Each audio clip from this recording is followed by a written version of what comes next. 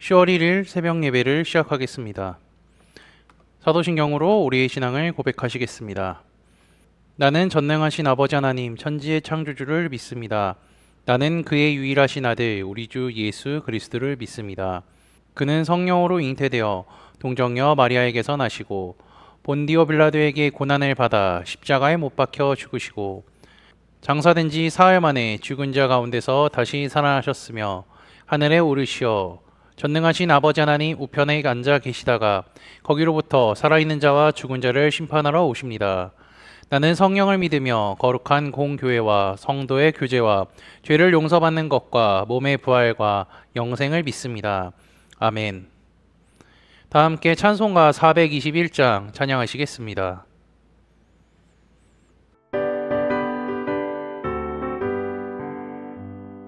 내가 예수 믿고서 죄 사함 받아 나의 모든 것 다 변했네. 지금 내가 가는 길 천국 길이요 주의 피로 내 죄가 씻겼네. 나의 모든 것 변하고 그 피로 구속받았네. 하나님은 나의 구원 되시오니 내게 정죄함 없겠네.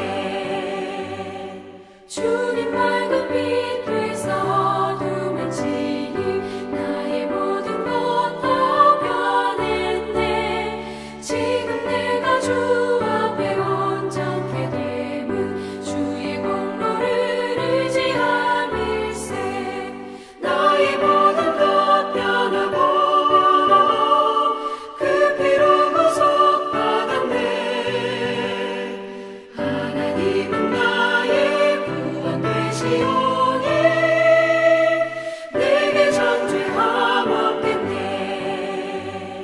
내게 성령 임하고 그 크신 사랑 나의 맘에 가득 채우며 모든 공포 내게서 물리치시니 내 맘 항상 주 안에 있겠네. 나의 모든 것 변하고 그 피로 구속받았네. 하나님은 나의 구원 되시오니 내게 정죄함 없겠네. 오늘 우리 공동체의 말씀 묵상 본문은 아모스 1장 2장입니다. 그중 2장 4절에서 16절까지 말씀을 제가 봉독하도록 하겠습니다. 여호와께서 이와 같이 말씀하시되 유다의 서너 가지 죄로 말미암아 내가 그 벌을 돌이키지 아니하리니 이는 그들이 여호와의 율법을 멸시하며 그 율례를 지키지 아니하고 그의 조상들이 따라가던 거짓된 것에 미혹되었음이라. 내가 유다의 불을 보내리니 예루살렘의 궁궐들을 사르리라. 여호와께서 이와 같이 말씀하시되 이스라엘의 서너 가지 죄로 말미암아 내가 그 벌을 돌이키지 아니하리니 이는 그들이 은을 받고 의인을 팔며 신 한 켤레를 받고 가난한 자를 팔며 힘없는 자의 머리를 티끌 먼지 속에 발로 밟고 연약한 자의 길을 굽게 하며 아버지와 아들이 한 젊은 여인에게 다녀서 내 거룩한 이름을 더럽히며 모든 제단 옆에서 전당 잡은 옷 위에 누우며 그들의 신전에서 벌금으로 얻은 포도주를 마심이니라. 내가 아모리 사람을 그들 앞에서 멸하였나니 그 키는 백향목 높이와 같고 강하기는 상수리 나무 같으나 내가 그 위에 열매와 그 아래의 뿌리를 진멸하였느니라. 내가 너희를 애굽 땅에서 이끌어내어 40년 동안 광야에서 인도하고 아모리 사람의 땅을 너희가 차지하게 하였고 또 너희 아들 중에서 선지자를 너희 청년 중에서 나실인을 일으켰나니 이스라엘 자손들아 과연 그렇지 아니하냐. 이는 여호와의 말씀이니라. 그러나 너희가 나실 사람으로 포도주를 마시게 하며 또 선지자에게 명령하여 예언하지 말라 하였느니라. 보라, 곡식단을 가득히 실은 수레가 흙을 누름같이 내가 너희를 누르니니 빨리 다름박질하는 자도 도망할 수 없으며 강한 자도 자기 힘을 낼 수 없으며 용사도 자기 목숨을 구할 수 없으며 활을 가진 자도 설 수 없으며 발이 빠른 자도 피할 수 없으며 말 타는 자도 자기 목숨을 구할 수 없고 용사 가운데 그 마음이 굳센 자도 그 날에는 벌거벗고 도망하리라. 여호와의 말씀이니라. 아멘. 오늘은 10월 철달입니다. 10월을 허락하신 하나님께 감사하며 주님의 말씀을 주야로 묵상하며 하나님을 더욱 사랑하는 한 달 되시기를 주님의 이름으로 축복합니다. 주보에 있는 매일 성경 말씀 묵상 본문 묵상을 잘 하고 계신가요? 오늘부터 토요일까지는요, 아모스서를 읽게 될 것입니다. 아모스서에 대해 간략히 먼저 설명하자면, 아모스는 구약 예언서 가운데 가장 먼저 기록되었다고 여겨지는 책입니다. 예언자를 둘러싼 사건이나 일화가 구두로 전해지던 이전과는 달리 예언자의 선포가 글로 기록되기 시작한 첫 번째 책이라는 점에서 아모스서는 이스라엘 예언의 새로운 시기를 열었다라고 할 수 있죠. 아모스는 예언자들 가운데 처음으로 북왕국 시대에 존재하는 빈부격차를 비롯한 사회적 문제들을 신앙의 본질과 연결시켜서 비판을 했고요. 예언자들 가운데 처음으로 이스라엘이라는 나라의 전체의 멸망을 예고했고, 나아가 이스라엘을 둘러싼 열방에 대한 하나님의 심판을 선포했습니다. 그의 선포에는요, 종말론적 차원이 있다는 것도 우리가 말씀을 읽으면서 확인할 수 있을 것이죠. 아모스가 걸어가는 길은요, 그대로 그 뒤에 있는 예언자들이 따라갈 길이기도 합니다. 아모스는 어디 출신이었냐면요, 드고아라는 지역의 출신이었습니다. 드고아는 베들레헴 남쪽에서 수 킬로미터 떨어진 지역으로 르호보암이 이곳에 성읍을 세우기도 했고요, 여호사밧이 모압과 암몬의 군대를 무찌른 장소이기도 합니다. 이제 그의 고향을 봤는데요, 그는 원래 남왕국 출신이라고 그러면 할 수 있습니다. 그의 직업은요, 목자였습니다. 양떼는 돌보는 사람이었죠. 게다가 7장 14절을 보면요, 그가 뽕나무를 재배하는 자라고 소개하는 것을 우리는 성경을 읽으며 확인할 수가 있을 건데요. 그렇게 하면 아모스는 양떼를 돌보는 목자이기도 하고요, 한편으로는 뽕나무, 즉 무화과 나무를 재배하는 농부인 셈이죠. 아마도 당시 평범한 농부, 그리고 또한 목자로 살아가던 아모스에게 어느 순간 하나님이 부르셨을 것입니다. 아모스 7장 14절 15절을 보면요, 전혀 예상하지 못했는데 갑작스럽게 하나님의 부르심을 받은 아모스의 고백이 나오기 때문이죠.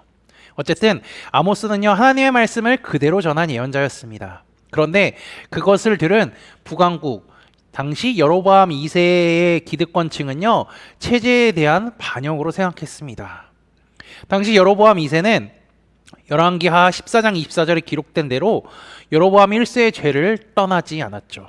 그리고 그 죄가 어떠했냐면요, 마음대로 이제 제사장을 세웠습니다. 원래는 하나님이 모세를 통하여서 레위 지파 사람들에게만 제사장을 임명하게 했는데요, 보통 백성으로 제사장을 삼고요, 맘대로 정한 날짜에 절기를 행하기도 했습니다.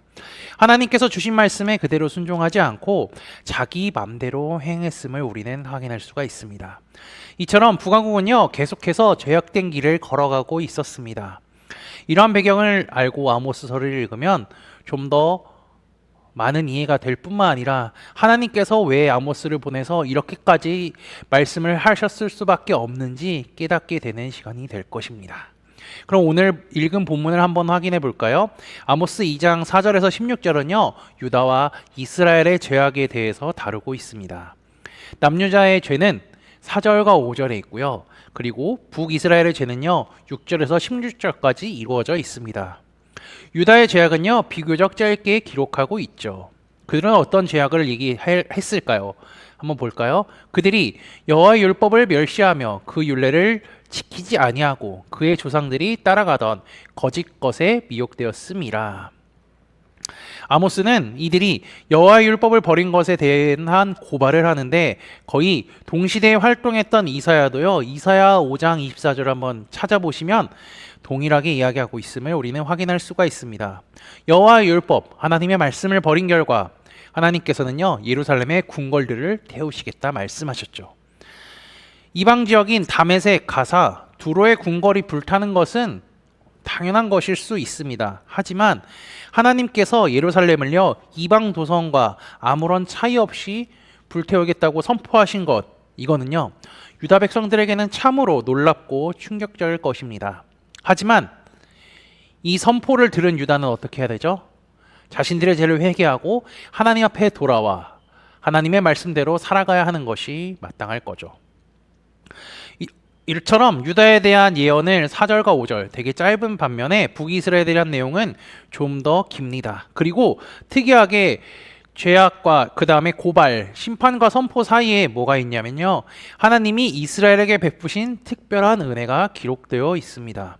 먼저 6절에서 8절은 이스라엘의 죄악에 대해 고발하는데요. 공통점이 있다면 가난한 자에 대한 가혹한 행위를 하고 있다는 것입니다. 가난한 자와 힘없는 자가 겪는 어려움의 현실, 이것을 말하고 있다는 거죠. 6절에 아무 잘못 없는 의인도 나오고요. 가난한 자, 이 두 사람을 판다고 나오는데 아무 잘못 없는 의인이나 가난한 자나 같은 취급을 지금 받고 있습니다. 이들이 대접받는 현실은 그리 크지 않는 액수임에도 그 빚 때문에 사람이 종으로 거래되는 현실이나 무지함에도 불구하고 극히 적은 뇌물을 받고요. 가난한 자를 죄인이라 규정해버리는 부당한 재판 과정을 가리키는 것일 수 있죠.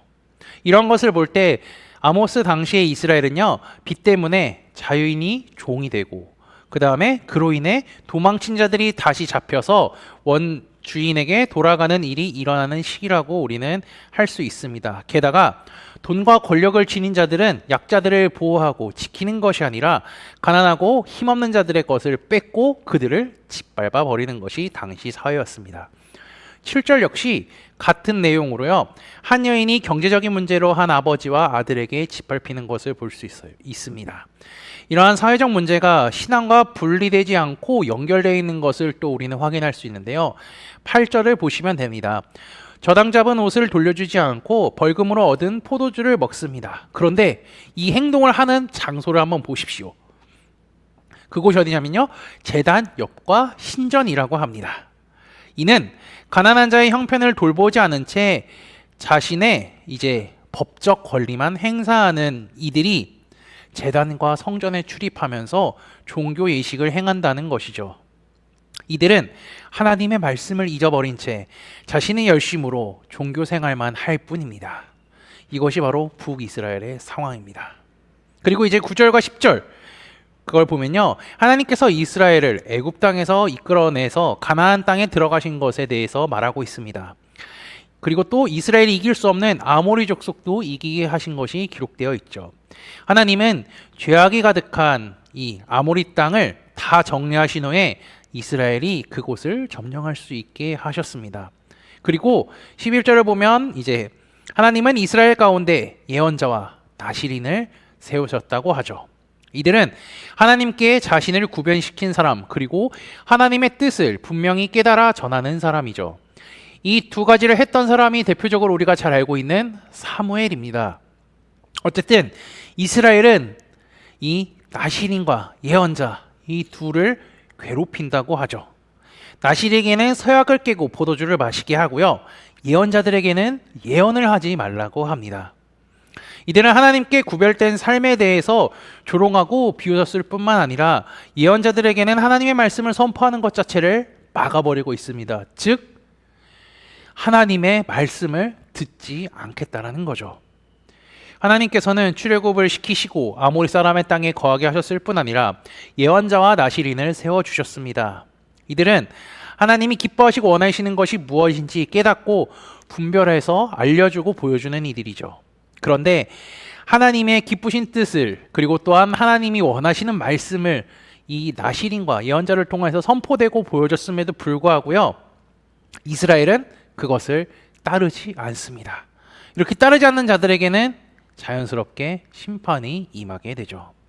이제 13절부터 16절입니다. 여기는 심판에 대해 기록하고 있죠. 추수한 후에 곡식단을 가득 실어 묵직하게 이제 눌린 수레처럼요. 하나님은 이스라엘을 눌러버리실 것입니다. 그리고 이것은요, 견뎌낼 수 있는 어려움이 아닙니다. 이렇게 눌림 나가니까 보면요, 빠른 자, 강한 자, 용사, 활을 가진 자, 말 타는 자 등 7종류의 능력을 가진 사람들이라도 하나님께서 누르시면요, 어떠한 방법으로든 이겨낼 수가 없습니다. 이것은 우리가 성경을 보면 잘 알 수 있는 내용이죠. 하나님께서는 이제는 이방 나라와 자기 백성에 대한 심판을 구분하지 않습니다. 이스라엘은 율법에 근거하여서 심판을 받게 되죠. 남유다보다 북이스라엘이 죄악이 더 심했습니다. 사회에 불의가 가득하고요. 하나님의 말씀에 순종하지 않고 살아가고 제멋대로 살아가죠. 이제 하나님께서는 벌을 내리실 것이고요. 어떠한 힘과 능력과 재주가 있다 할지라도 그것을 피할 수가 없습니다.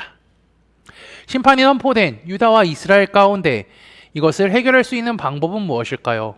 우리가 잘 알고 있습니다. 죄를 회개하고요. 하나님 앞에 돌아와야 합니다. 우리가 어제 호세아서의 말씀에도 봤지만 온전한 회개야 하나님을 알기를 힘쓰고요. 하나님을 알고 하나님 앞에 돌아오는 것이 유일한 해결 방법입니다. 이 당시의 상황은 지금 상황과 비교하면, 지금 우리가 살아가는 현실에 비교하면요, 별로 다를 게 없는 것 같습니다. 의인과 약자는요, 괴롭힘과 고통을 받을 뿐더러 사람들은 하나님의 말씀대로 살아가지 않습니다. 이러한 시대 가운데 우리는 끝까지 믿음을 포기하지 말아야 하며 주님의 말씀을 붙잡고 살아가야 합니다. 왜냐하면요, 주께서는요 다시 오시겠다고 말씀하셨습니다. 그리고 그것은 그대로 이루어질 것이기 때문입니다. 이 악한 세상 가운데 주님을 굳게 붙잡고 말씀을 굳게 붙잡아 승리하는 삶을 살아가는 코너스톤 믿음의 형제자매들이 되시기를 주님의 이름으로 축복합니다. 다 함께 찬송가 180장 찬양하시겠습니다. 하나님의 나쁜 소리 천지 진동할 때에 예수 영광 중에 구름 타시고 전사들을 세계 만국 모든 곳에 보내어 구원받은 성도들을 모으리.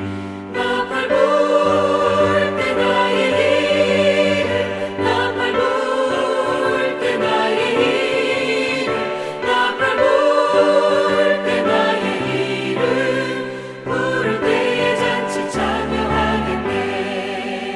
무덤 속에 잠자는 자 그때 다시 일어나 영화로운 부활 승리 얻으리.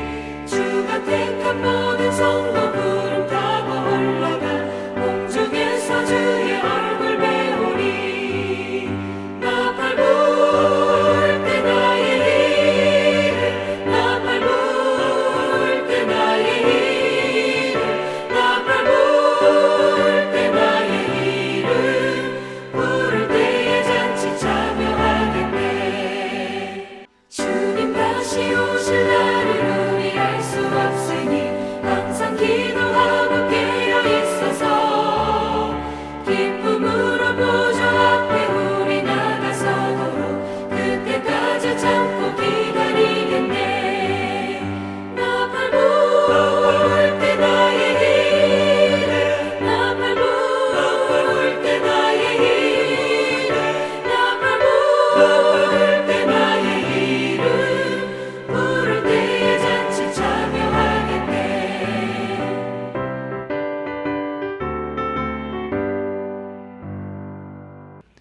다 함께 기도하시겠습니다. 오늘 하루도 하나님의 말씀으로 시작하게 하심에 감사합니다. 주의 말씀을 통해 은혜를 주시고 이겨낼 힘을 주심에 감사합니다. 주님의 말씀대로 이 세상이 이루어질 것을 기억하며 살아가는 하루가 되게 인도하여 주옵소서. 지난주 말씀을 기억하며 기도합니다. 다니엘은 하나님의 말씀을 따라 섬기는 친구들을 두었습니다. 그들은 흔들림 없이 끝까지 하나님을 섬기는 친구들이었습니다. 느부갓네살이 사온 금신상에 절하지 아니했습니다. 하나님 외에는 경배하고 절할 수 없음을 잘 알고 있었고 그것을 그대로 행동했습니다. 그리고 풀목불 가운데 들어간다 할지라도 하나님께서 자신들을 구원해 주실 거라 굳게 믿었습니다. 주님, 우리에게도 이런 믿음을 주시고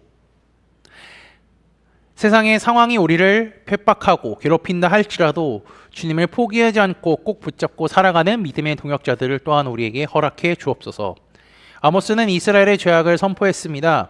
하나님의 말씀을 잊어버리고 자기 마음대로 살 뿐더러 약자들을 괴롭혔습니다. 하나님께서는 어떠한 힘과 능력으로도 그 심판을 피해갈 수 없음을 알려주셨음을 기억합니다.